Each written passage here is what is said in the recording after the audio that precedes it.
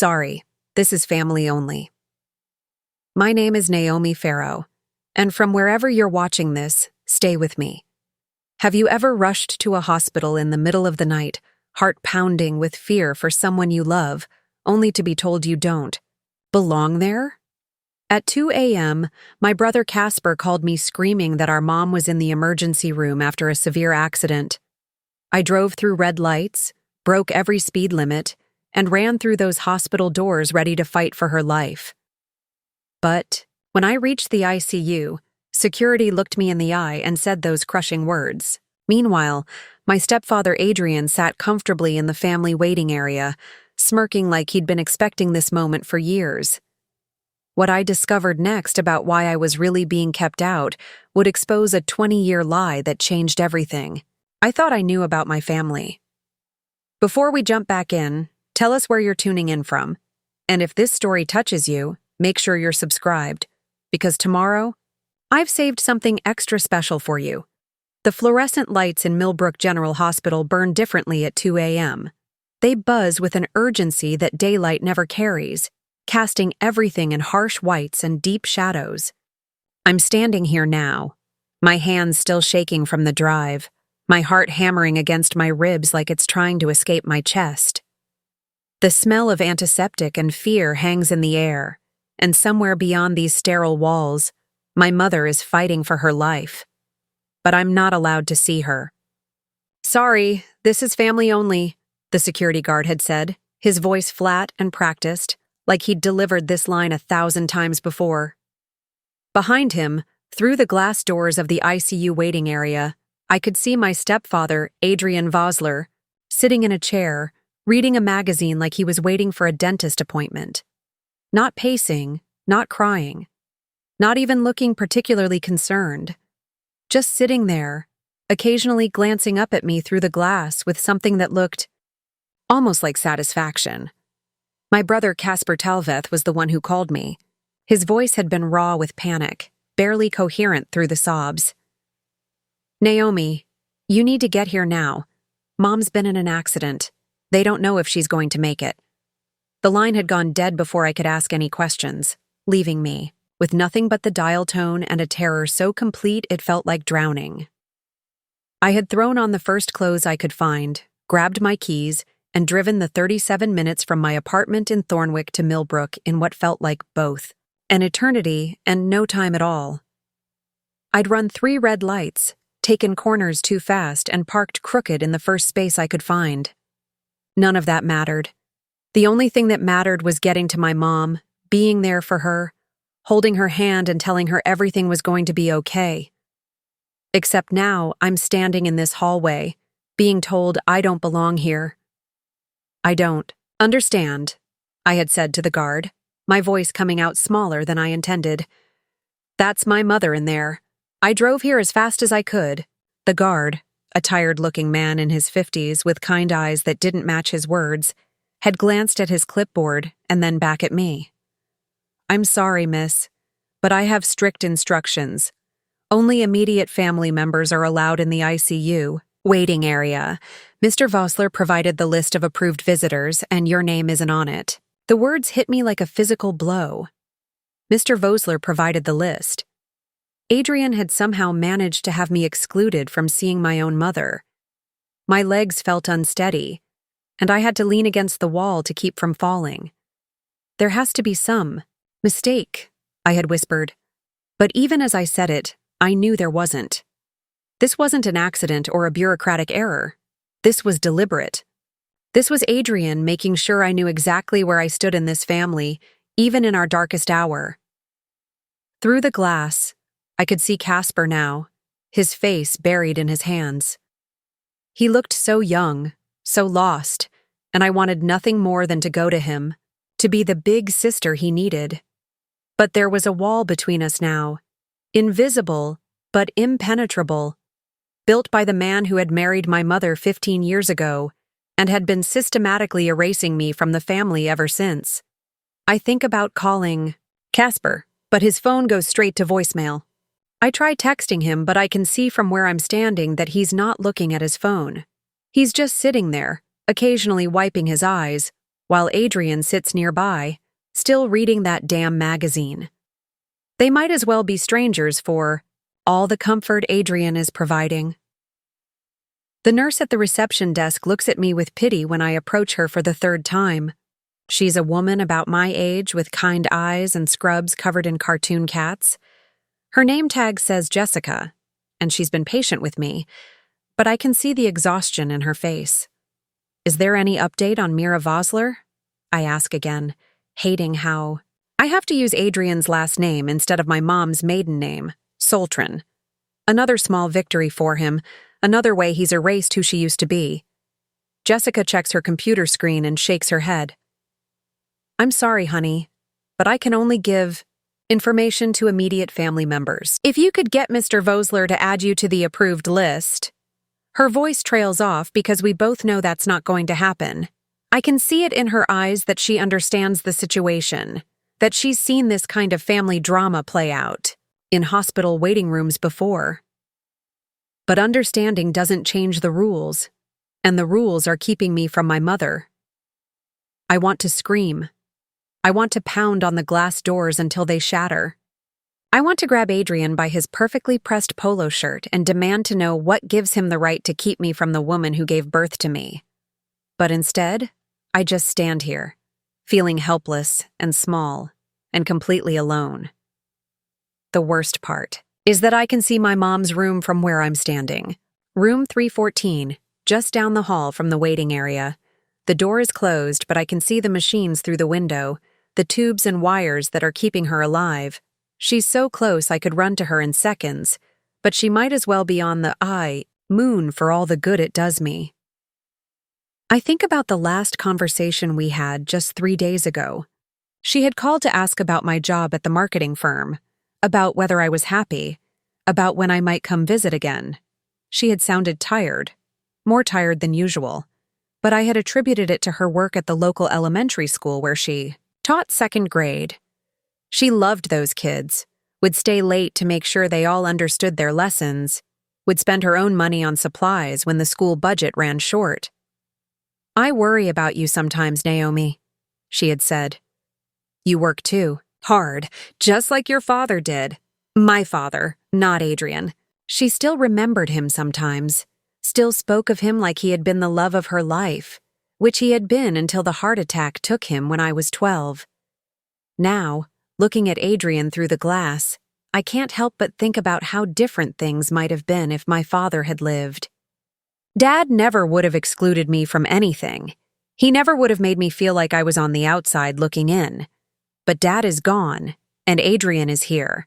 And somehow he's managed to convince everyone, including the hospital staff, that he gets to decide who counts as family.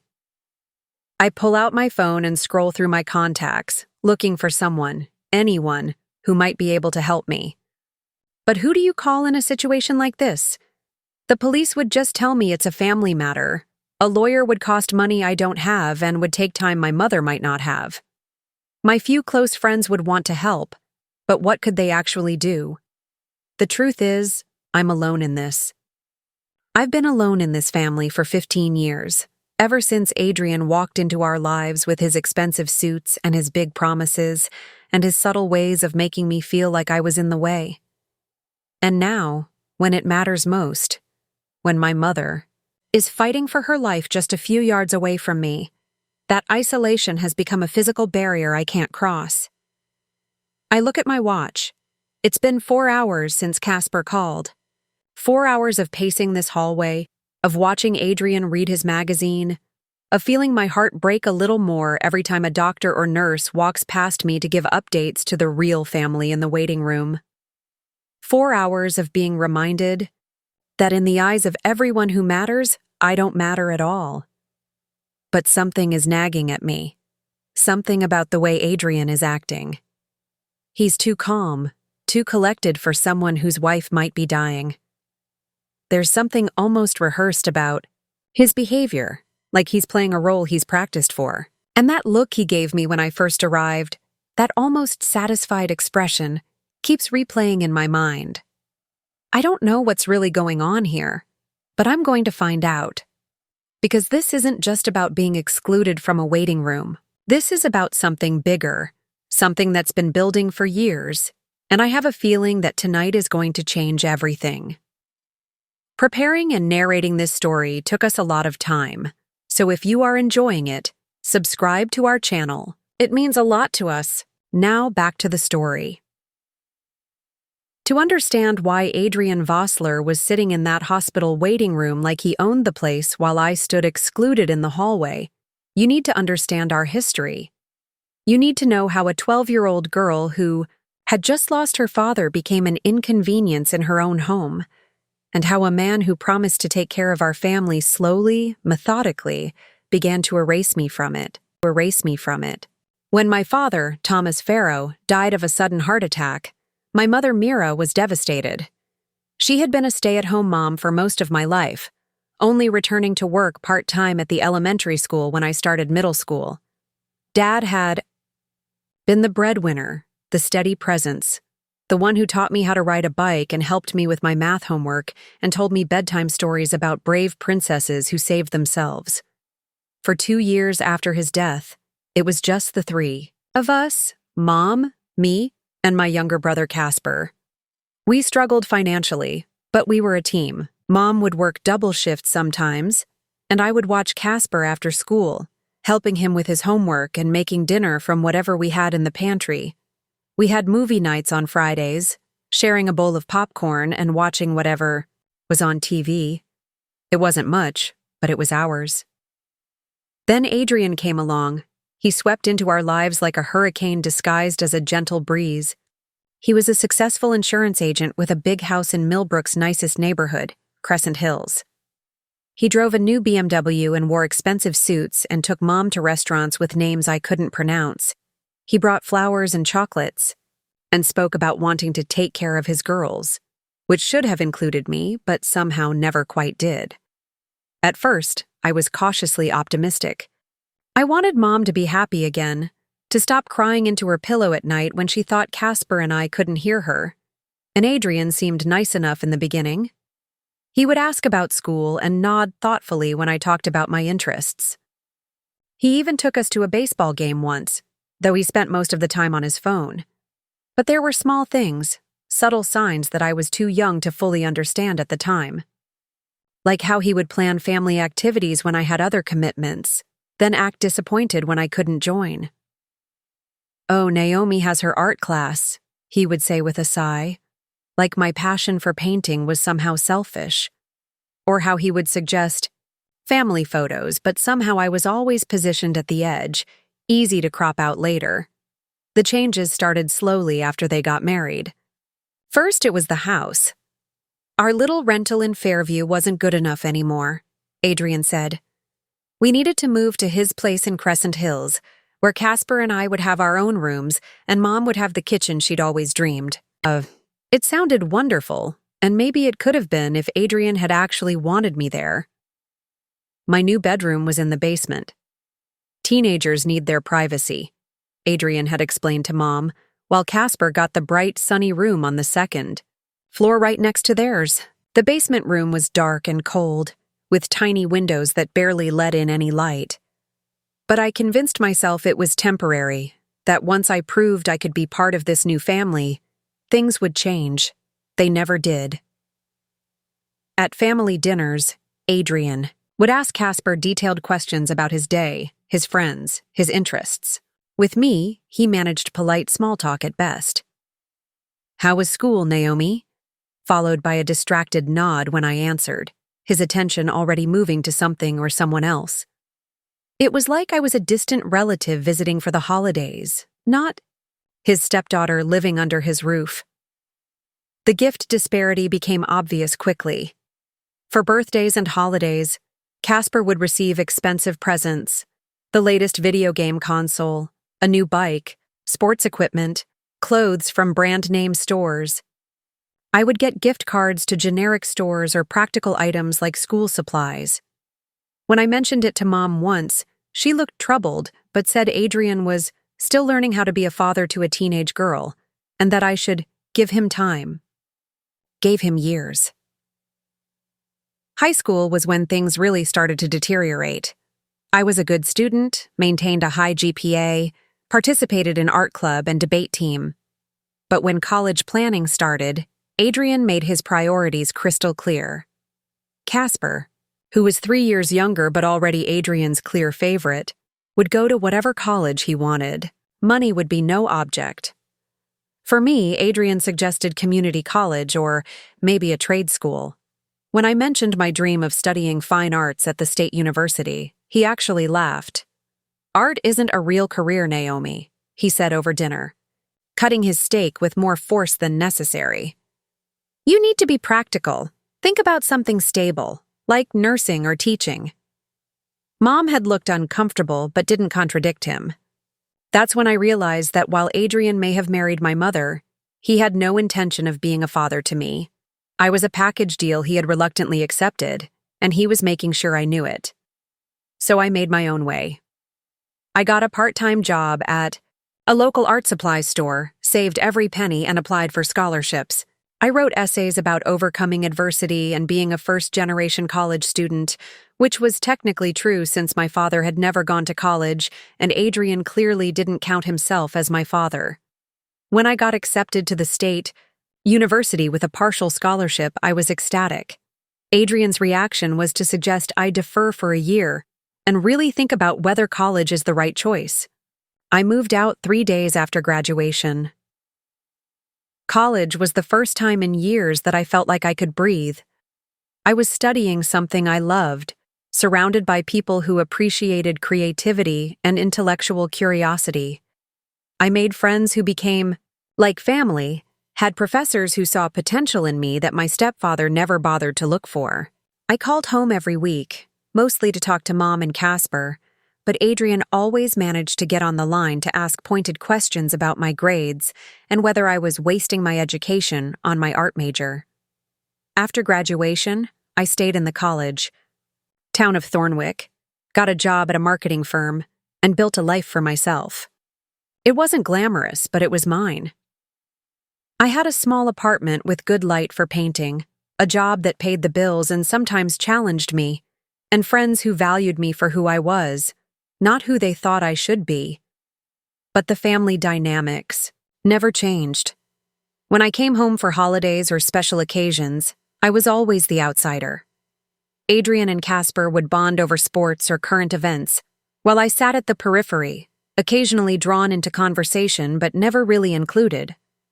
Mom would try to bridge the gap, asking about my work, my art, my life in Thornwick, but it always felt forced, like she was following a script to make sure everyone felt included. The worst part was watching Casper grow up under Adrian's influence. My little brother, who used to look up to me and ask me to teach him how to draw, gradually became distant and sometimes dismissive. Not cruel exactly, but indifferent in a way that broke my heart. Adrian had succeeded in making me feel like an outsider, not just to him, but to my own brother. There were moments when I considered cutting contact entirely. Times when the subtle exclusion and constant feeling of being tolerated rather than wanted became almost unbearable. But I couldn't abandon Mom, and I couldn't give up on the hope that someday, somehow, things might change. Now standing in this hospital hallway, I realized how naive that hope had been. Adrian hadn't been gradually pushing me out of the family over the years. He had been systematically erasing me, preparing for exactly this kind of moment when he would have the power to decide who belonged and who didn't. And the most heartbreaking part was that Mom had let it happen. Whether through exhaustion, gratitude, or fear of being alone again, she had allowed the man she married to marginalize her own daughter. She had chosen the security Adrian provided over protecting the relationship she had with me. As I watched Adrian through the glass, still calmly reading his magazine while his wife fought for her life, I realized that this wasn't just about being excluded from a hospital waiting room. This was the culmination of 15 years of being slowly, methodically erased from my own family. And for the first time, I was truly angry about it, because this wasn't just about me anymore. This was about Mom, lying unconscious in that room, surrounded by machines, while the man who claimed to love her sat reading Sports Illustrated like she was an inconvenience rather than his wife. Something was very wrong here, and I was going to figure out what it was. The call came at 2:17 a.m. on a Tuesday night in October. I know the exact time because I was lying in bed, wide awake, staring at my phone and debating whether to text my ex-boyfriend Jake about the book I thought he might like. The sudden shrill ring in the darkness made me jump so hard I nearly fell off the mattress. "Naomi?" Casper's voice was barely recognizable through the tears and panic. "Naomi, you need to get here right now." I sat up immediately, my heart already racing. Casper never called me, especially not in the middle of the night. In recent years, our communication had dwindled to polite small talk at family gatherings and the occasional text about Mom's birthday or holidays. Hearing him cry brought back memories of when he was little, when I was the one he ran to, when he had nightmares or scraped his knee. "Casper, what's wrong? What happened?" "It's Mom," he choked out, and I could hear him trying to control his breathing. "She's been in an accident. A really bad one, Naomi. They brought her to Millbrook General and the doctors don't know if she's going to make it." The words hit me like ice water. "What kind of accident? When? Is she conscious? Is she conscious?" "I don't know all the details," Casper said, his voice breaking again. "Adrian called me about an hour ago. He said she was driving home from her night class and another car ran a red light and hit her driver's side. She's been unconscious since they brought her in. They're doing surgery now, but Naomi, it's really bad. Her injuries are really bad." Mom had been taking pottery classes at the community center on Monday nights for the past few months. She'd mentioned it during our last phone call, how therapeutic it was to work with clay, how it reminded her of the art projects we used to do together when I was young. The class ended at 9 p.m., which meant she would have been driving home around 9:30. It was now past 2 a.m., which meant she'd been in surgery for hours. "I'm coming," I said, already getting out of bed and looking for clothes. "I'm leaving right now." "Hurry, Naomi. Please hurry. I need you here. I don't know what to do if we lose her." The line went dead, and I was left staring at my phone in the darkness of my bedroom. My hands were shaking so badly I could barely get dressed. I threw on jeans and a sweater, grabbed my keys and purse, and ran to my car. The drive from Thornwick to Millbrook usually took about 40 minutes. But I made it in 27, speeding down empty highways with my emergency flashers on and my heart hammering against my ribs. I kept thinking about the last time I'd seen Mom, just 2 weeks earlier when she'd driven up to Thornwick to have lunch with me. She'd looked tired but happy, excited about her pottery class and a new reading program she was implementing at the elementary school. We'd talked about my job, my latest painting, whether I was dating anyone. Normal mother-daughter conversation. The kind I treasured because it felt like we were just us again, without Adrian's influence hovering over everything. She'd hugged me goodbye in the restaurant parking lot and said, "I love you, sweetheart. I'm so proud of the woman you've become." I'd hugged her back and told her I loved her too, never imagining it might be the last normal conversation we'd ever have. The Millbrook General Hospital parking lot was mostly empty when I arrived. Just a few scattered cars and an ambulance parked near the emergency entrance. I ran through the sliding doors, my sneakers squeaking against the polished floors, and approached the reception desk where a tired-looking woman was typing at a computer. "My mother was brought in tonight," I said breathlessly. "Car accident. Her name is Mira Vosler, but her maiden name is Soltran. I'm her daughter, Naomi Ferrow." The receptionist looked up at me with kind but professional eyes. "Let me check for you, honey." She typed something into her computer and nodded. "Yes, she's here. She's currently in surgery. The ICU waiting area is down that hall and to the right. You can wait there with the other family members." I followed her directions, practically jogging down the sterile hallway with its harsh fluorescent lighting and antiseptic smell. The ICU waiting area was behind glass doors, and I could see Casper sitting in one of the chairs, his head in his hands. Relief flooded through me at seeing him, my little brother who wasn't so little anymore at 19, but who looked very young and very scared in that moment. I pushed against the glass doors, expecting them to open, but they didn't budge. That's when I noticed the security guard standing nearby, a middle-aged man with graying hair and tired eyes. "Excuse me," I said to him. "I need to get in there. My mother is in surgery and my brother is waiting." The guard looked at me sympathetically, but shook his head. "I'm sorry, miss, but I can only allow immediate family members in the ICU waiting area. Are you on the approved visitor list?" "I'm her daughter," I said, confused. "Of course I'm immediate family." The guard consulted his clipboard, running his finger down a handwritten list. "I don't see a Naomi Ferrow on here. The approved visitors are Casper and Adrian Vosler. Are you sure you're on the list?" I stared at him, not comprehending what he was saying. "There must be some mistake. That's my brother right there." I pointed to Casper through the glass. "And that's my mother, in surgery. Of course I should be on the list." That's when I saw Adrian. He was sitting in a chair about 10 feet away from Casper, reading what looked like a magazine. Not pacing, not crying, not even looking particularly anxious.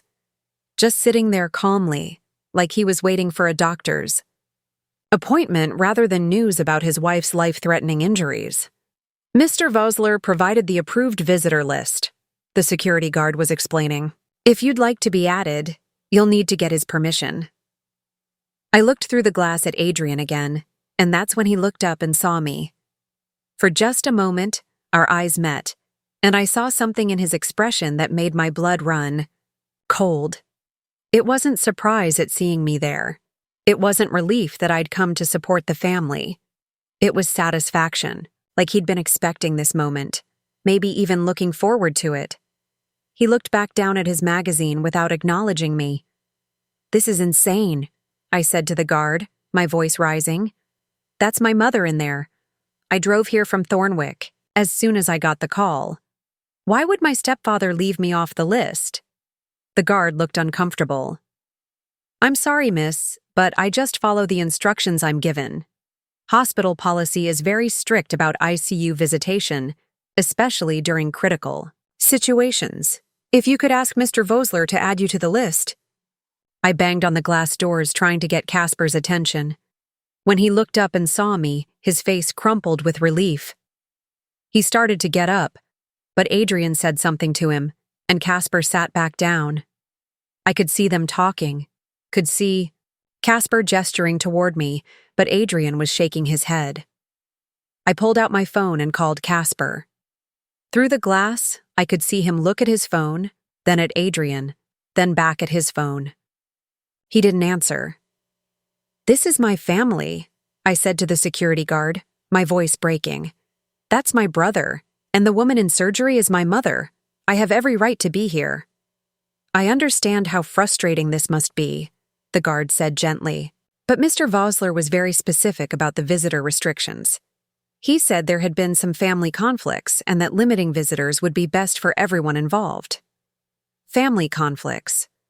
Adrian had actually told the hospital staff that there were family conflicts to justify keeping me away from my own mother. The calculated cruelty of it took my breath away. I tried calling Casper again, and this time he answered, but he spoke in a whisper. "Naomi, I can't talk right now. Adrian says the hospital has strict rules about visitors and that too many people would be disruptive. Casper, I'm your sister. I have every right to be here." "I know, but Adrian handles all the medical decisions now. He has power of attorney and everything. He says he'll add you to the visitor list tomorrow, but tonight they want to keep it limited to just essential family." Essential family. Those words cut deeper than anything Adrian had ever said to my face. "How is she?" I asked, watching a nurse walk past me toward the ICU units. "Bad," Casper whispered. "Really bad. They've been operating for hours. Something about internal bleeding and head trauma. Adrian's been talking to the doctors, but he's not telling me much." "What exactly happened? How did the accident happen?" There was a pause, and I could see Casper glance at Adrian through the glass. "I don't know all the details, Adrian just said another car ran a red light and hit her. Something in his voice made me suspicious. Casper, where did the accident happen? What intersection? Another pause. I think Adrian said it was at Maple and 3rd Street, but Naomi, I really can't talk anymore. He's looking at me. The line went dead, and I was left staring at my phone while my brother sat just yards away from me, separated by glass and 15 years of Adrian's systematic manipulation. Maple and 3rd Street. That intersection was nowhere near the community center where Mom's pottery class was held. In fact, it was in the opposite direction from our old house in Fairview, where she would have been driving home to. Why would she have been at Maple and 3rd Street at 9:30 on a Monday night? I looked at Adrian again, still sitting calmly with his magazine, and realized that nothing about this situation felt right. His behavior, the visitor restrictions, the location of the accident, even the way he'd called Casper instead of me. It all felt calculated and deliberate. Standing in that hospital hallway, excluded from my own family's crisis, I made a decision. I wasn't going to stand here helplessly while Adrian controlled the narrative and kept me away from my mother.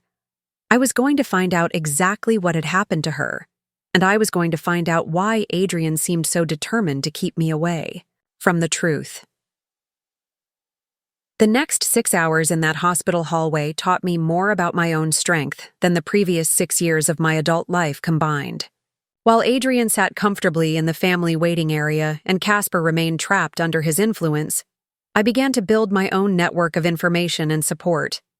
It started with Jessica, the nurse with the cartoon cat scrubs who had looked at me with such genuine sympathy when I kept asking for updates about Mom. During her break around 4 a.m., she approached me in the hallway where I'd been pacing for hours. "Honey, I'm not supposed to tell you this," she said quietly, glancing around to make sure no one was listening. "But I've been a nurse for 15 years, and something about your situation doesn't sit right with me. That man in there, your stepfather, he's not acting like someone whose wife might be dying." I looked at her gratefully. "You noticed that too? You noticed that too? He's been here since midnight, and I've seen him check his watch more often than he's asked about your mother's condition. Most spouses are pacing, crying, demanding updates every few minutes. He asked once about her status around 1 a.m., and then settled in with that magazine like he was waiting for a flight." Jessica's validation of my instincts gave me the courage to start asking questions. She couldn't give me detailed medical information, but she could tell me that Mom had come in with severe injuries consistent with a high-impact collision, that she'd lost a lot of blood, and that the surgery was taking longer than initially expected. "The good news is that Dr. Martinez is our best trauma surgeon," Jessica said. "If anyone can save her, it's him. But I'll be honest with you, the next few hours are critical." After Jessica went back to work, I decided to take action. I couldn't just stand in this hallway waiting for Adrian to decide I was worthy of information about my own mother. I pulled out my phone and started making calls. First, I called my college roommate Sarah, who had gone to law school and was now working at a firm in the state capital. Even though it was barely dawn, she answered on the second ring. "Naomi? What's wrong?" I explained the situation, and Sarah was immediately indignant. "He can't legally prevent you from visiting your mother in the hospital. You're her biological daughter. That trumps his status as spouse when it comes to visitation rights." "But he has power of attorney," I said, remembering what Casper had mentioned. "Power of attorney doesn't give him the right to exclude you from visiting. It gives him the right to make medical decisions if she's incapacitated. But even then, as her adult child, you have certain rights. I'm going to make some calls and get back to you." Next, I called my friend Marcus from the marketing firm where I worked. Marcus had connections throughout the region because of his job and client relations, and I knew he could help me get information that Adrian was withholding. "Naomi, I'm so sorry about your mom," Marcus said when I explained what had happened. "Listen, my brother-in-law works for the police department in Millbrook. Let me call him and see what he can find out about the accident." While I waited for my friends to call back, I decided to do some investigating of my own. I walked to the hospital's main information desk and asked about patient advocates. We have patient advocates available during business hours, the receptionist told me. But if you're having issues with family visitation, I can call our night supervisor. 20 minutes later, I was sitting in a small office with Mrs. Chen, the night supervisor, explaining my situation. She was a no-nonsense woman in her 50s who listened to my story with growing concern. "Mr. Ferrow, I need to be clear about something," she said, using my last name deliberately. "While spouses can provide input about visitor restrictions, they cannot completely exclude adult children from seeing their parents unless there's a court order or documented safety concerns. Has there been any history of domestic violence or restraining orders in your family?" "No," I said firmly. "The only conflict is that my stepfather has never liked me and has been trying to push me out of the family for years." Mrs. Chen made some notes and then picked up her phone. "Let me call down to security and clarify the visitation policy. This situation should not be happening." An hour later, I was finally allowed into the ICU waiting area, though Adrian looked furious about it. The security guard apologetically explained that there had been a miscommunication about the visitor policy and that immediate family members could not be excluded without proper legal documentation. Casper hugged me tightly when I finally made it through those glass doors. "I'm so glad you're here," he whispered. "I was scared, and Adrian kept saying you were probably too busy to come anyway." I looked at Adrian, who was pointedly ignoring my presence. "How is Mom? What's the latest update?" "Dr. Martinez came out about an hour ago," Casper said. "The surgery went longer than expected, but they were able to stop the internal bleeding. She's stable, but still critical. They're keeping her sedated for now." "When can we see her?" Adrian finally spoke up, his voice cold and measured. "The doctor said family. Visits should be limited to essential personnel only. Too much stimulation could be dangerous for her recovery." "I'm her daughter," I said evenly. "That makes me essential." "You've been absent from this family for years, Naomi," Adrian replied, not even looking at me. "Showing up now doesn't change that." The accusation stung, but it also made me angry in a way I hadn't expected. "Absent? I call Mom every week. I visit when I can. Just because I didn't let you erase me from the family completely doesn't mean I've been absent." "You moved away the minute you turned 18, Adrian continued. "You made it clear that this family wasn't a priority for you. Don't expect to waltz in now and take over just because there's a crisis." Casper looked uncomfortable with the confrontation, but he didn't defend me. That hurt almost as much as Adrian's words. Before I could respond, Sarah called back with information. I stepped away from Adrian and Casper to take the call. "Naomi, I've been researching Pennsylvania hospital visitation laws," she said. "You absolutely have the right to see your mother. But there's something else you should know. I did some digging into power of attorney regulations, and it's unusual for someone to have comprehensive power of attorney without the other adult children being notified. When was this document created?" I realized I had no idea. "I'll have to find out. Also," Sarah continued, "my contact at the state records office said something interesting. There's been recent activity on your mother's property records. Someone's been making inquiries about the house in Fairview and the life insurance policies. You might want to look into that." After I hung up, Marcus called back with even more concerning information.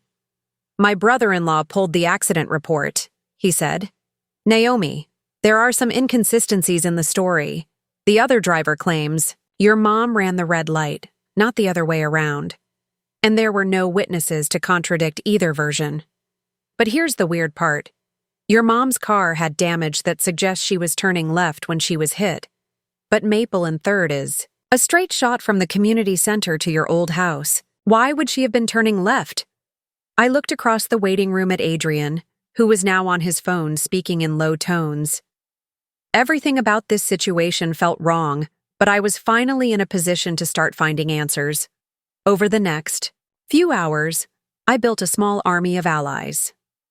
Jessica updated me regularly on Mom's condition, often with information Adrian hadn't bothered to share with Casper and me. Mrs. Chen checked in periodically to make sure there were no more miscommunications about my visitation rights. Sarah was researching legal documents and property records. Marcus was gathering information about the accident. Most importantly, I was finally able to see Mom. When Dr. Martinez finally said immediate family could visit for short periods, I walked into that ICU room and saw my mother unconscious, surrounded by machines that were keeping her alive. She looked so small and fragile in that hospital bed, nothing like the strong woman who had raised me and weathered so many storms. I held her hand and whispered, "I'm here, Mom. I'm not going anywhere." As I sat with her, I made a promise to myself and to her. I was going to find out what really happened that night. I was going to protect her from whatever Adrian was planning. And I was never again going to let anyone make me feel like I didn't belong in my own family. The scared 12-year-old girl who had moved into Adrian's house all those years ago was gone.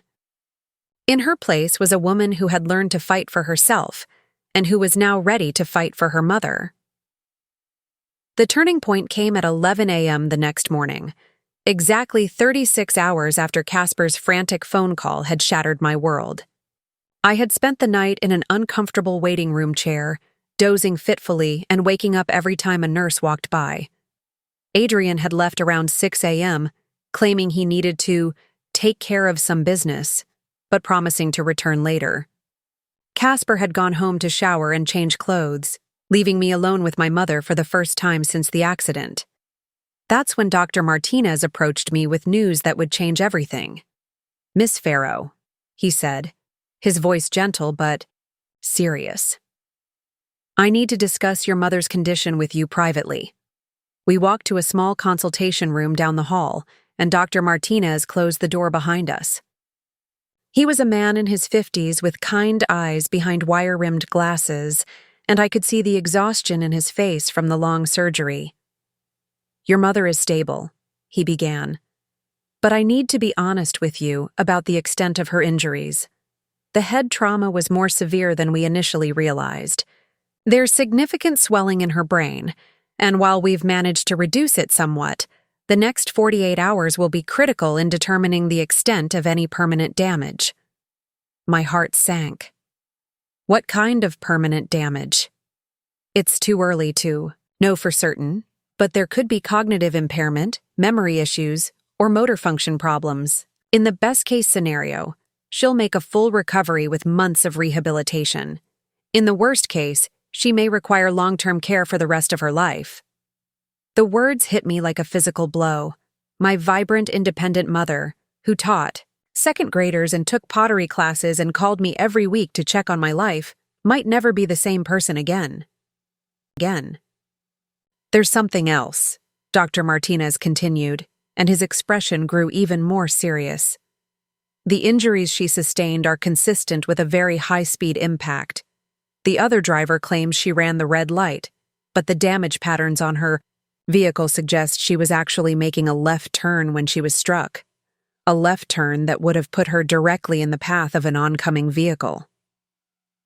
"I don't understand," I said, though a cold dread was beginning to form in my stomach. "Miss Ferrow, I've been a trauma surgeon for 20 years, and I've seen a lot of car accidents. The positioning of the vehicles, the impact patterns, the severity of the injuries, none of it is consistent with someone accidentally running a red light. It looks more like someone made a sudden, unexpected turn directly into traffic." The implication hung in the air between us. "You think it was intentional?" Dr. Martinez chose his words carefully. "I think there are questions that need to be answered. The police investigation is ongoing, but I wanted you to be aware that this might not have been a simple accident." After Dr. Martinez left, I sat alone in that consultation room, trying to process what he had told me. If Mom's accident wasn't really an accident, if someone had caused her to make that fatal left turn, then everything about this situation took on a much darker meaning. My phone buzzed with a text from Sarah. "Found." something important. Your mother's will was updated 3 months ago. You need to see this. I called her immediately. What did you find? Naomi, your mother's will was completely rewritten in July. The previous version left everything split between you and Casper, with Adrian getting the house to live in but not to own. The new version leaves everything to Adrian, with small trust funds for you and Casper that don't kick in until you're 30. I felt the room spin around me. That doesn't make sense. Mom would never cut me out of her will entirely. There's more, Sarah continued. The life insurance policy was also updated. The beneficiary was changed from you and Casper to Adrian only. We're talking about a substantial amount of money. The house in Fairview is worth at least $300,000, and the life insurance policy is for $500,000. $800,000. Adrian stood to gain $800,000 if my mother died, and almost nothing if she lived but required expensive long-term care. Sarah, I need you to find out who witnessed these documents, who was present when Mom supposedly changed. Her will? Already on it. The witnesses were Adrian's business partner and his secretary, both people who would do whatever Adrian asked. After I hung up, I sat there staring at the wall, the pieces of a horrific puzzle beginning to fall into place. Adrian's calm demeanor at the hospital, his insistence on limiting visitors, the accident that wasn't really an accident, the conveniently updated will and insurance policy. And then I remembered something that made my blood run cold. 3 months ago, right around the time the will was updated, Mom had called me sounding upset. She'd mentioned that she and Adrian had been having discussions about their future, about what would happen if something happened to one of them. She'd seemed worried, distracted, not her usual self. He keeps talking about worst-case scenarios, she had said, about making sure everything is properly arranged. It makes me nervous, like he's planning for something bad to happen. At the time, I'd thought she was just anxious about getting older, about the normal fears that come with being in your 50s. Now I wondered if she'd sensed something darker in Adrian's sudden interest in estate planning. My phone rang, interrupting my dark thoughts. It was Marcus. Naomi, my brother-in-law, found something else about the accident. There was a witness, someone the police didn't interview initially because they didn't come forward until this morning. What did they see? A teenager who was walking his dog saw the whole thing. He says your mom's car was stopped at the intersection for almost a full minute before she suddenly accelerated into the turn. Like she was hesitating, or like something made her panic. Did he see anything else? Another car, someone following her? That's the interesting part. He said there was a dark sedan that had been behind your mom for several blocks leading up to the intersection. After the accident, the sedan made a U-turn and left the scene. A dark sedan. Adrian drove a dark blue BMW sedan. Marcus, I need you to do me a favor. Can your brother-in-law check if Adrian was questioned about his whereabouts the night of the accident? I'll ask. But Naomi, be careful. If what you're thinking is true, then your stepfather is a very dangerous man. After Marcus hung up, I walked back to the ICU to check on Mom. She was still unconscious, still surrounded by machines, still fighting for her life. But now I looked at those machines differently. They weren't just keeping her alive, they were keeping her alive long enough for me to find the truth. As I sat holding her hand, Adrian returned from his mysterious business errands. He walked into the room like he owned it, barely acknowledging my presence. Any change? He asked, but his tone suggested he was asking out of obligation rather than genuine concern. No change, I replied, watching his face carefully. He nodded and pulled out his phone, stepping away to make a call. I could hear fragments of his conversation. Yes, the documents are all in order. No, she hasn't regained consciousness. Yes, we should proceed as planned. When he finished the call, he walked back over to Mom's bedside, but something about his body language was different. Less concerned husband, more businessman evaluating an investment. The doctors say it could be weeks before we know the full extent of her recovery, he said to me, not looking at Mom, but at the machines monitoring her vital signs. Dr. Martinez seems optimistic, I lied, wanting to see his reaction. Adrian's face tightened almost imperceptibly. Did he? That's surprising, given the severity of her injuries. I spoke with him earlier, and he seemed to think the prognosis was quite poor. He was lying. Dr. Martinez had been cautiously optimistic about her physical recovery, even if he was concerned about potential cognitive issues. But Adrian was painting a bleaker picture, like he was preparing me for the worst possible outcome. Adrian, I said carefully, I was wondering about Mom's will and insurance policies. Are all of her affairs in order? I want to make sure everything is arranged properly in case... His eyes sharpened immediately, and I saw a flash of something calculating in his expression. Everything is taken care of, Naomi. Your mother was very thorough about her estate planning. You don't need to worry about any of that.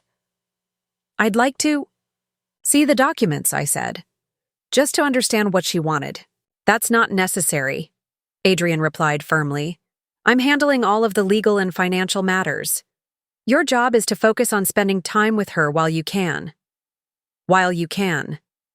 The words sent a chill down my spine. That evening, after Adrian left again for more business, I made a decision. I called Sarah and asked her to overnight me copies of all the documents she had found. I called Marcus and asked him to have his brother-in-law dig deeper into the accident investigation. And I called Mrs. Chen, the hospital supervisor, and asked about the process for requesting a different medical decision-maker if I had concerns about the current one. Because I was beginning to understand that this wasn't just about being excluded from a waiting room or feeling unwelcome at family gatherings. This was about my mother's life, and possibly about a man who had been planning her death for months. Adrian had spent 15 years slowly, methodically erasing me from the family. But he had made one crucial mistake. He had underestimated me. He thought I was still that scared 12-year-old girl who would accept whatever scraps of belonging he decided to throw my way. He was about to find out how wrong he was.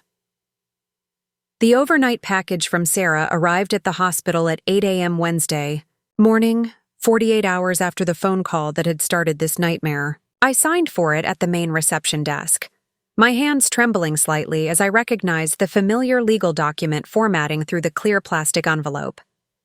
Inside were photocopies of my mother's will, insurance policies, and power of attorney, documents along with a handwritten note from Sarah that made my blood run cold. Naomi, I had a handwriting expert look at the signature on these documents. It's a forgery. Your mother never signed these papers. This is fraud, and possibly something much worse. Call me immediately. Sarah, I found an empty consultation room and spread the documents across the table. Even to my untrained eye, the signatures looked different from the birthday cards and letters I had received from Mom over the years. The handwriting was too careful, too deliberate, lacking the natural flow of her usual script. Someone had practiced her signature, but not well enough to fool a professional analysis. The power of attorney document was dated 3 months ago, the same time period when Mom had seemed anxious and distracted during our phone calls. According to these papers, she had given Adrian complete control over all medical decisions, financial matters, and legal affairs. But the woman I knew, the independent teacher who had fought to rebuild her life after Dad's death, would never have signed away that much control without discussing it with me first. The insurance policy change was even more damning. The original policy had listed me and Casper as equal beneficiaries, with Adrian receiving only a small portion to cover immediate expenses. The forged version made Adrian the sole beneficiary of the entire $500,000 policy. Combined with the house and her savings, Adrian stood to inherit nearly $1 million if Mom died from her injuries. My phone buzzed with a text from Marcus. Police found Adrian's car had recent front-end damage that was repaired 2 days after the accident. They're bringing him in for questioning this morning. I stared at the message, feeling a mixture of vindication and terror. Adrian hadn't just forged documents and manipulated insurance policies. He had actually tried to kill my mother, probably, by following her from the community center and forcing her into that fatal left turn. The dark sedan the witness had seen wasn't a random car. It was Adrian's BMW, positioning himself to make the collision look like Mom's fault.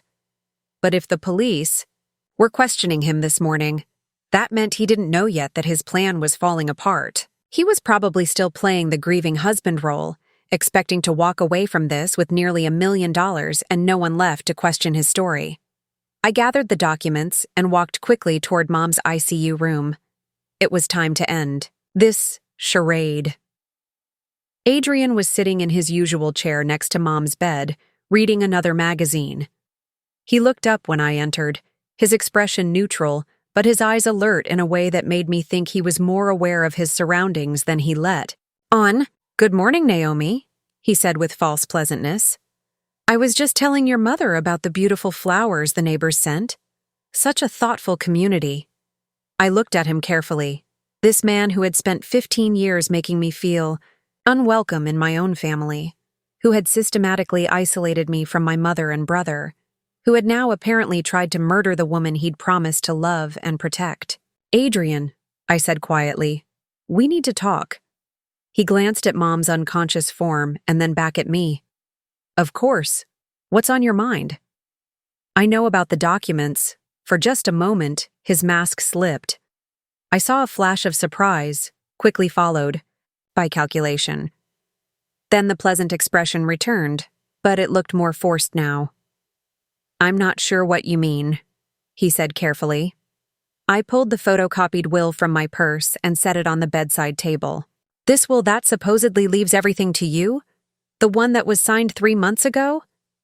"It's a forgery, Adrian. Mom never signed this." His jaw tightened almost imperceptibly, but his voice remained calm. "That's a very serious accusation. Naomi, I think the stress of this situation is making you paranoid."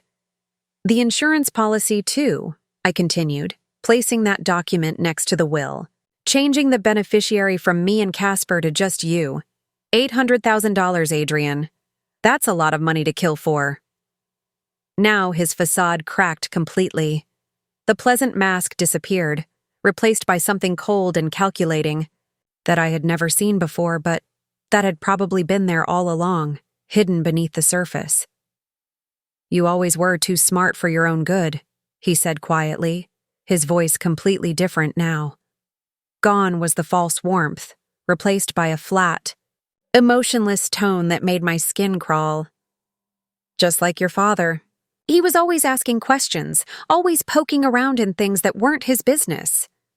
The casual way he mentioned my father sent ice through my veins. "What are you talking about? Dad died of a heart attack." Adrian laughed, a sound devoid of any humor. "Did he? A perfectly healthy 42-year-old man just happens to have a massive coronary? No family history of heart disease, excellent physical condition, regular checkups that showed no problems." I stared at him, not comprehending what he was suggesting. "Are you saying you killed my father?" "I'm saying your father was asking too many questions about my insurance business. He found some irregularities in policies I'd sold, started making noises about reporting me to the state commission. I couldn't let that happen." The world seemed to tilt around me. "You murdered my father." "I solved a problem," Adrian corrected, his tone matter-of-fact. "Just like I solved the problem of your mother getting suspicious about those same irregularities." She'd started asking questions about why I was so interested in updating her will, why I needed power of attorney. She was going to make things very difficult. I felt like I was going to be sick. This man had killed my father 15 years ago, and had now tried to kill my mother. And he was sitting here telling me about it like he was discussing the weather. "The accident," I whispered. "Wasn't really an accident," Adrian confirmed. "I followed her from the community center, got close enough to her rear bumper to force her into that turn. Physics did the rest. If you hadn't shown up and started making trouble, She would have died quietly from her injuries, and I would have collected the insurance money like a grieving widower should. But she didn't die, I said, my voice gaining strength. And now the police know. They found the damage to your car, Adrian. They know you were there. For the first time, genuine surprise crossed his features. That's impossible. I had the car repaired immediately. Recent repairs are exactly what tipped them off, I said, pulling out my phone. They're probably looking for you right now. Adrian stood up abruptly, and I saw him glance toward the door. But before he could move, I pressed the call button next to Mom's bed. Within seconds, 2 nurses appeared in the doorway. Is everything all right in here? Jessica asked, looking between Adrian and me with concern. No, I said clearly. This man just confessed to attempting to murder my mother. I need you to call security and the police immediately. Adrian's eyes narrowed dangerously. Naomi, you're being hysterical. The stress of your mother's condition is making you say things that don't make sense. But Jessica had worked in hospitals long enough to recognize the signs of genuine distress versus manipulation. She looked at my face, then at Adrian's, and reached for the emergency button that would bring security running. I think it would be best if everyone stayed calm until we can get this sorted out, she said diplomatically, but I could see her moving toward the door to block Adrian's exit. There's nothing to sort out, Adrian said, his voice taking on a dangerous edge. My stepdaughter is having some kind of breakdown. I think she needs psychiatric evaluation. The documents are forged, I said to Jessica, holding up the papers. He killed my father 15 years ago and tried to kill my mother 3 days ago for the insurance money. Adrian took a step toward me, and I saw something in his eyes that made me realize how much danger I was in. This man had killed twice, and had been planning to get away with it. He wasn't going to let me ruin that plan without a fight. But before he could reach me, hospital security arrived, followed immediately by 2 police officers. Marcus's brother-in-law must have been faster than I expected. Adrian Vossler? One of the officers said. We need you to come with us for questioning regarding the vehicular collision involving Mira Vossler. Adrian looked around the room, clearly calculating his options. For a moment, I thought he might try to run or fight, but then his shoulders sagged slightly, and the mask slipped back into place. Of course, officers, he said with false cooperation.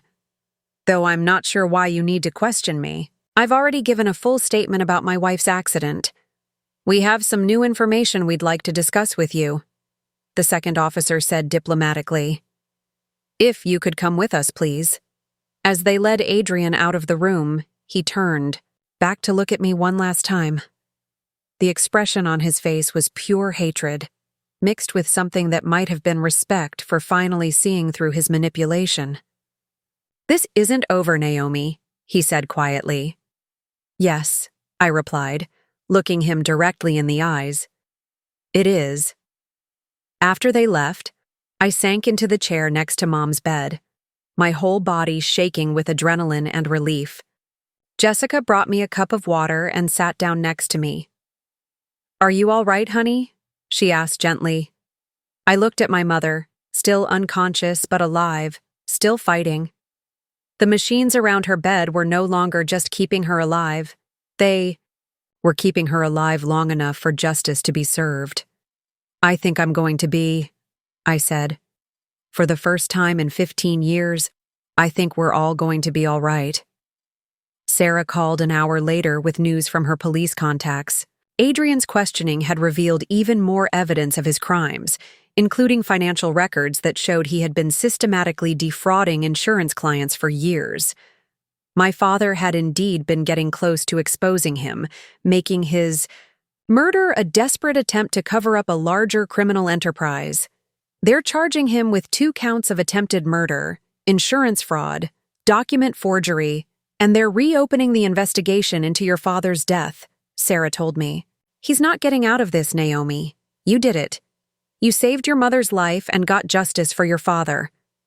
As I hung up the phone, I realized that something fundamental had changed. For 15 years, I had allowed Adrian to make me feel like I didn't belong in my own family. I had accepted his subtle exclusions and manipulations because I thought the alternative was losing my mother and brother completely. But sitting there in that hospital room, holding Mom's hand while she fought for her recovery, I understood that I had never been the outsider. Adrian had been the intruder, the one who didn't belong, the one who had spent 15 years systematically destroying the family he was supposed to protect. I wasn't the stepdaughter who had never quite fit in. I was the daughter who had saved her mother's life and exposed a killer. I was the one who had refused to let a murderer get away with his crimes. For the first time since I was 12 years old, I felt like I was exactly where I belonged. The news of Adrian Vossler's arrest spread through Millbrook like wildfire, but the version that reached most people was sanitized and incomplete. Local insurance agent arrested in connection with wife's car accident read the headline in the Millbrook Herald with a brief paragraph mentioning charges of insurance fraud and vehicular assault. What the newspaper didn't report was the scope of Adrian's crimes, the 15-year pattern of manipulation and murder that had finally been exposed. I learned about the full extent of the investigation from Detective Riley Ashton, Marcus's brother-in-law, who had been assigned as the lead investigator once the case expanded beyond a simple traffic accident. He visited me at the hospital on Thursday afternoon, 2 days after Adrian's arrest, with an update that was both vindicating and horrifying. "We've been going through Mr. Vossler's files and financial records," Detective Ashton told me as we sat, in the same consultation room where Dr. Martinez had first suggested that Mom's accident might not have been accidental. "What we've found is evidence of a systematic insurance fraud operation that's been running for at least 20 years. He opened a thick folder and spread several documents across the table. "Your stepfather has been selling fraudulent policies, collecting premiums from clients who thought they were covered, and then denying claims or disappearing when it came time to pay out. We've identified at least 47 victims so far, people who lost their homes, their businesses, their life savings because they trusted Adrian Vossler." I stared at the evidence, thinking about all the times Adrian had talked about his successful insurance business, his important clients, his reputation in the community. It had all been a lie, built on the suffering of people who had trusted him to protect them. "Your father wasn't the first person to get suspicious," Detective Ashton continued. "We found records of at least 3 other clients who had started asking questions about policy irregularities in the months before they died. All 3 deaths were originally attributed to natural causes: heart attacks, strokes, accidents. But now we're reopening all of those cases." The magnitude of Adrian's crimes was staggering. He hadn't just killed my father and tried to kill my mother. He had been a serial killer hiding behind a respectable business facade, eliminating anyone who threatened to expose his fraud. "What about my mother's case specifically?" I asked. "The attempted murder charges are solid," Detective Ashton assured me. "We have the witness who saw him following her car, the evidence of recent repairs to his BMW that match paint samples from her vehicle, and most importantly, we have his confession to you in the hospital room. The nurses heard everything, and the hospital's security cameras captured the audio." I felt a wave of relief knowing that Adrian's spontaneous confession hadn't been dismissed as the word of a hysterical daughter against a respected businessman. The hospital staff had taken me seriously, and their quick action had ensured that everything was properly documented. "There's more," Detective Ashton said, pulling out another folder. "We executed a search warrant on his house and found a safe, containing forged documents for dozens of clients, including your mother's will and insurance policies. But we also found something else, a journal where he documented his crimes. He showed me photocopies of pages written in Adrian's neat handwriting, detailing his methods for eliminating problematic clients and his plans for acquiring my mother's assets. Reading his clinical descriptions of murder and fraud was like looking into the mind of someone completely devoid of conscience or empathy. "He wrote about your father's death like it was a business transaction," Detective Ashton said grimly. "And he had detailed plans for your mother's accident, including backup methods if the car crash didn't work. The backup methods included poisoning, and staged home invasion. Contingencies that showed just how determined Adrian had been to see my mother dead. The realization that she had been living with a man who was actively planning her murder made me feel sick, but it also made me grateful that my instincts in that hospital hallway had been correct. The legal proceedings moved quickly once the evidence was assembled. Adrian was denied bail due to the severity of the charges and the risk of flight. His attorney, an expensive criminal defense lawyer from the state capitol, tried to argue that his client's confession had been coerced by emotional distress over his wife's condition, but the evidence was too overwhelming to dismiss.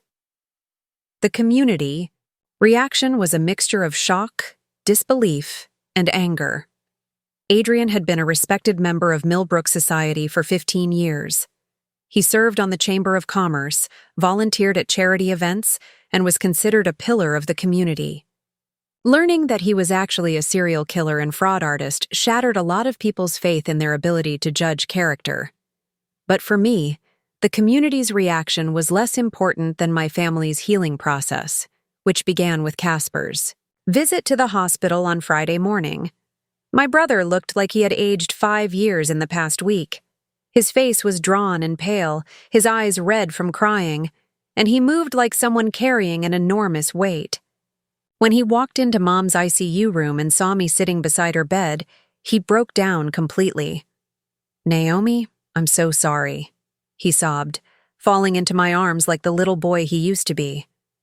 "I'm sorry for not believing you, for not standing up to him, for letting him keep you away from us. I should have known something was wrong. I should have protected Mom." Holding my brother while he cried, I felt 15 years of hurt and resentment start to dissolve. Casper had been as much a victim of Adrian's manipulation as I had been, just in a different way. While Adrian had systematically excluded and dismissed me, he had groomed Casper to be dependent and compliant, someone who wouldn't question his authority or methods. "You were just a kid when he came into our lives," I told Casper. "You couldn't have known what he was really like.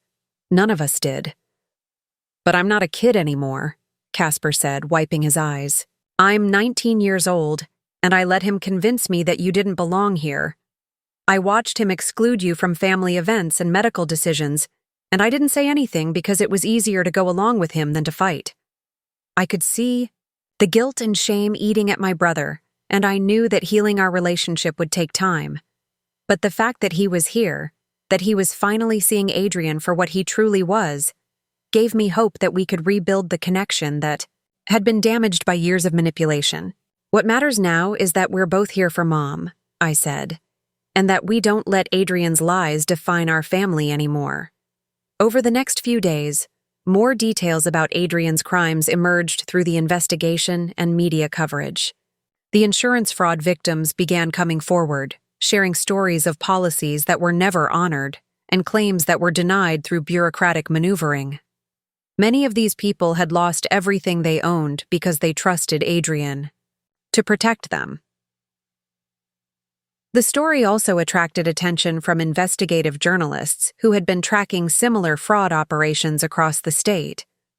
It turned out that Adrian wasn't working alone. He was part of a larger network of corrupt insurance agents who shared information and techniques for defrauding clients.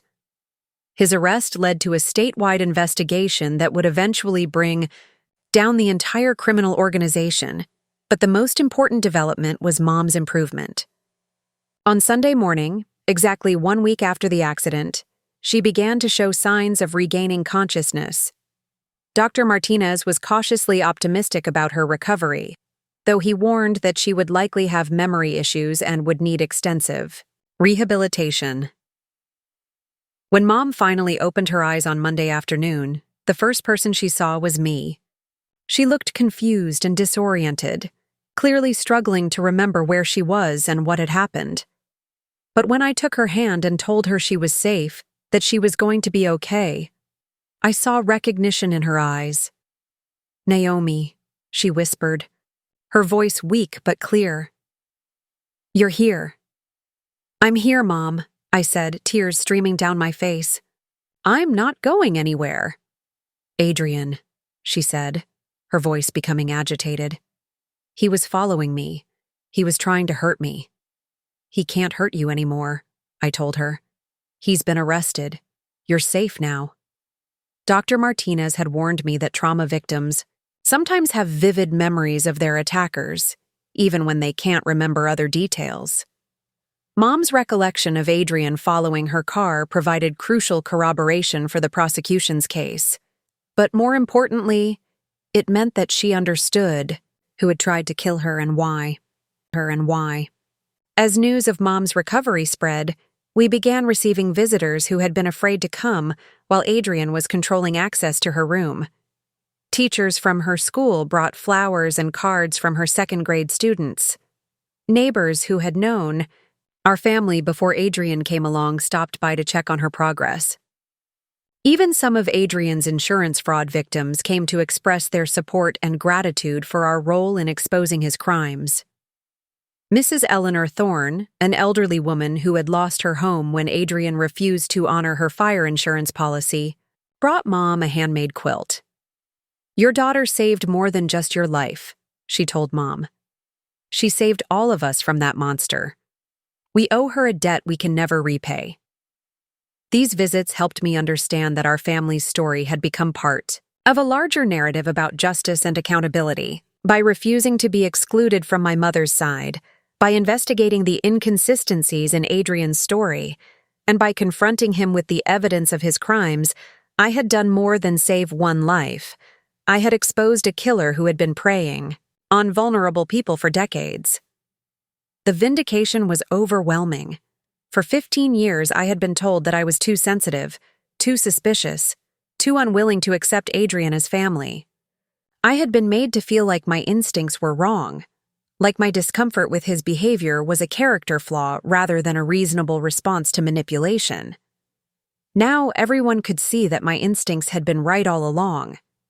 Adrian wasn't just a difficult stepfather or an emotionally distant man. He was a predator who had infiltrated our family with the specific intention of exploiting and ultimately destroying it. The transformation in how people treated me was remarkable. Hospital staff who had initially been sympathetic but professional now approached me with genuine respect and gratitude. Community members who had barely known I existed now spoke of me as a hero who had brought down a dangerous criminal. Even extended family members who had always seemed to prefer Adrian's version of events began reaching out to apologize and reconnect. But the most meaningful change was in my relationship with Casper. My brother had been genuinely traumatized by learning the truth about the man he had looked up to for most of his life. He was struggling with guilt, anger, and confusion about everything he had believed about our family dynamic. We spent hours talking during Mom's recovery, processing 15 years of manipulation and gradually rebuilding our relationship. Casper told me about times when Adrian had made disparaging comments about me, suggesting that I was selfish for moving away or ungrateful for the opportunities he had provided. He also shared memories of feeling pressured to choose sides, of being made to feel disloyal if he maintained too close a relationship with me. "I always knew something felt wrong about the way he treated you," Casper admitted, "but he was so good at making it seem reasonable, like you had brought it on yourself by being difficult or distant. I was just a kid, and I wanted to keep the peace." Understanding how Adrian had manipulated both of us helped heal the rift that had developed between Casper and me. We weren't just siblings anymore. We were survivors of the same psychological abuse, allies in rebuilding a family that had been systematically damaged by a predator. As Adrian's trial date approached, I realized that the consequences of his crimes extended far beyond his eventual imprisonment. He had shattered the illusion of safety and trust that many people in Millbrook had taken for granted. He had shown how easily a charming, respectable facade could hide the most horrific intentions. But he had also inadvertently created something positive, a community of survivors who were now more vigilant, more questioning, more willing to listen when someone raised concerns about seemingly respectable people. The investigation had revealed not just Adrian's crimes, but the importance of taking seriously the instincts of family members who sense that something is wrong. In the end, Adrian's attempt to erase me from the family had backfired completely. Instead of being excluded and forgotten, I had become the person who saved my mother's life and brought justice to dozens of victims. Instead of being the outsider who didn't belong, I had proven that I was the daughter who belonged most of all, the one who would fight for the truth no matter what the cost. Today, 18 months after that devastating 2 a.m. phone call changed everything. I'm sitting in my new office in downtown Millbrook. The brass nameplate on my door reads, Naomi Ferrow, Victim Advocacy Services. And through my window, I can see the Millbrook General Hospital, where this entire nightmare began. But what I see now isn't the place where I was excluded and dismissed. It's the place where I learned to fight for what was right, no matter who tried to silence me. The transformation didn't happen overnight. Adrian's trial lasted 8 months, during which I testified about his confession, his years of manipulation, and the systematic way he had tried to erase me from my own family. The defense attorney tried to paint me as a bitter stepdaughter seeking revenge, but the mountain of evidence, the forged documents, the insurance fraud, the journal detailing his crimes, made their strategy futile. When the jury delivered guilty, verdicts on all counts, including 2 counts of attempted murder and 47 counts of insurance fraud, Adrian was sentenced to life in prison without the possibility of parole. As the bailiff led him away, he looked at me one final time with that same cold calculation I had seen in the hospital room. But this time, instead of feeling intimidated, I felt nothing but pity for a man who had thrown away any chance at genuine, human connection in pursuit of money and control. Mom's recovery was slower than we hoped, but more complete than doctors initially predicted. The head trauma left her with some short-term memory issues and occasional confusion, but her core personality and intelligence remained intact. She returned to teaching part-time at the elementary school, where her students and colleagues welcomed her back with overwhelming support. The school even created a small memorial garden in honor of Mrs. Mira's courage, though she always insisted the real courage belonged to me for refusing to accept his lies. "You saved my life, sweetheart," she told me one afternoon as we worked together in that memorial garden, planting flowers that the second graders had chosen. "But more than that, you saved who I am. If Adrian had succeeded, if he had made me disappear the way he planned, those children would never have had their teacher back." Rebuilding my relationship with Casper took time and patience from both of us. My brother had been genuinely traumatized by learning that the father figure he had trusted was actually a killer who had been manipulating him for most of his life. He started therapy to work through the guilt and confusion, and slowly we began to reconnect as the siblings we had always been underneath Adrian's influence. Casper transferred from the expensive private college Adrian had chosen for him to the state university where I had gotten my degree. He changed his major from business administration, which Adrian had pushed him toward, to social work, inspired by watching how I had fought for justice and truth. "I want to help people the way you helped Mom and all those other victims," he told me. "I want to make sure that what Adrian did to our family never happens to anyone else." That conversation planted the seed for what would become my new career path. While the trial was ongoing, I had been contacted by dozens of people who had experienced similar situations, family members who had felt excluded or dismissed, people whose instincts told them something was wrong but who had been gaslighted into doubting themselves, victims of financial or emotional manipulation who didn't know how to seek help. Sarah, my lawyer friend who had been instrumental in exposing Adrian's document forgeries, suggested that I consider starting a victim advocacy service. "You have a unique combination of skills," she told me.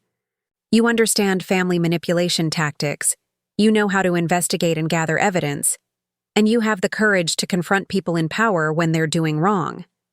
The idea terrified and excited me in equal measure. I had never imagined myself as someone who would start a business or become a public advocate for victims' rights. But the more I thought about it, the more it felt like a natural extension of everything I had learned about fighting for truth and protecting vulnerable people. I used the settlement money from Adrian's insurance fraud victims restitution fund to rent office space and get proper training in victim advocacy and crisis intervention. I also completed certification courses in financial fraud detection and family systems therapy. Within 6 months, I was helping other people navigate situations eerily similar to what I had experienced. My first case was Rebecca Martinez, a woman whose stepfather was trying to have her declared mentally incompetent so he could gain control of her inheritance from her deceased mother. The tactics were different from Adrian's, but the underlying pattern was the same: a trusted family member systematically undermining someone's credibility and autonomy for financial gain. "My own brother thinks I'm paranoid," Rebecca told me, during our first meeting, tears streaming down her face. "My stepfather is so charming, so concerned about my mental health. He's convinced everyone that I'm unstable, but I know he's just trying to steal my mother's money." I helped Rebecca document her stepfather's behavior, connected her with the right legal resources, and most importantly, validated her instincts when everyone around her was telling her she was imagining things. 6 months later, we exposed his scheme to defraud her of nearly $200,000, and he was prosecuted for elder abuse and attempted financial exploitation. The work is challenging and sometimes heartbreaking, but every case reminds me why it matters. I've helped expose domestic financial abuse, insurance scams, medical decision manipulation, and various forms of family exploitation. In each situation, there's usually one family member, often a woman, often dismissed as difficult or paranoid, who senses that something is wrong but struggles to get anyone to take them seriously. My role is to be the person I wish I'd had 15 years ago when Adrian first started his campaign to erase me from my family. I'm the voice that says, "Your instincts are right. You're not imagining things. Let's figure out what's really happening here." The most rewarding part of this work is seeing people reclaim their power and their place in their families. Just last month, I helped a young man expose his aunt's scheme to manipulate his grandmother into changing her will. When the truth came out, his family not only apologized for doubting him, but also praised him for protecting their elderly matriarch from financial exploitation. "I felt like nobody believed me," he told me after the case was resolved. "Like I was the troublemaker for asking questions." "You helped me understand that asking questions isn't troublemaking. It's protecting the people you love." The evening news still occasionally runs updates about Adrian's case and the ongoing investigation into the insurance fraud network he was part of. When reporters interview me, they always ask the same question: "How did you know something was wrong when everyone else was fooled?" My answer is always the same. I didn't know for certain, but I trusted my instincts even when other people told me I was being paranoid or difficult. Sometimes protecting the people you love means being willing to be seen as the difficult one. That's the lesson I share in the workshops I now conduct for hospital staff, social workers, and family counselors. Trust the family member who seems difficult. Listen to the person who asks uncomfortable questions. Pay attention when someone's behavior doesn't match their words, especially in high-stakes situations involving money, medical decisions, or inheritance. Last week, I received a call from a nurse at Millbrook General Hospital. "Ms. Ferrow," she said, "we have a situation here that reminds me of your case. A family member is being excluded from visiting their critically ill relative, and something about it doesn't feel right. Could you come in and assess the situation?" As I drove to the hospital, I thought about that night 18 months ago when I stood in that same hallway, being told, "This room is for family only," while the man who was trying to murder my mother sat comfortably inside. The scared, excluded daughter I had been then felt like a different person entirely. Now I'm the person who walks into hospital waiting rooms and asks the hard questions. I'm the one who challenges exclusionary policies, and demands explanations when family dynamics don't make sense. I'm the advocate I needed when I was standing alone in that fluorescent-lit hallway, fighting for the right to be present for my mother's crisis. Remember that devastating phrase from the beginning of this story? "Sorry, this is family only." Those words were meant to exclude me, to make me feel like I didn't belong, to keep me from discovering the truth about Adrian's crimes. Instead, they became the moment that transformed my life. Because sometimes being told you don't belong is exactly the wake-up call you need to realize that you belong more than anyone else in the room. You belong because you're willing to fight for the truth. You belong because you refuse to accept convenient lies. You belong because when everyone else is willing to look the other way, you're the one asking the uncomfortable questions that need to be asked. The most powerful thing about boundaries isn't learning to accept them. It's learning to question who has the right to set them and why. Sometimes the most loving thing you can do for your family is to refuse to be excluded from their crisis, even when people in authority tell you that exclusion is for the best. That hospital security guard was right about one thing. That room was for family only. But he was wrong about who the real family was. Up next, you've got 2 more standout stories right on your screen. If this one hit the mark, you won't want to pass these up. Just click and check them out. And don't forget to subscribe and turn on the notification bell so you don't miss any upload from us.